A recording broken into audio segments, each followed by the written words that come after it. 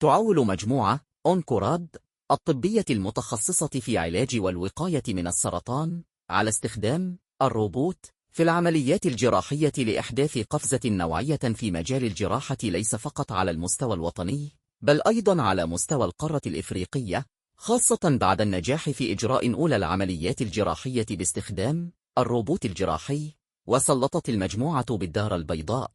الضوء على هذا التقدم الطبي التاريخي الذي تمثل في إجراء أولى العمليات الجراحية بمساعدة الروبوت يوم 29 مايو الماضي، ومستقبله في المغرب وأدواره المتوقعة في مساعدة المرضى وأيضا المهنيين. وتساعد هذه التقنية الحديثة على تحسين دقة العمليات الجراحية وتقليص نسبة المخاطر للمريض، وذلك بفضل مكوناتها الدقيقة لاستشعار الضغط وبنية الحماية والأمن المتعددة الطبقات، وأيضا الرؤية المجسمة ثلاثية الأبعاد الغامرة، وتقليل مدة التعافي بنسبة 30%، وتقليل خطر حدوث مضاعفات ما بعد الجراحة بنسبة 25%. وبالتالي سيستفيد متخصصو الرعاية الصحية من الأدوات العالية الدقة، مما يجعل التدخلات أكثر أمانا وفعالية في وقت وجيز.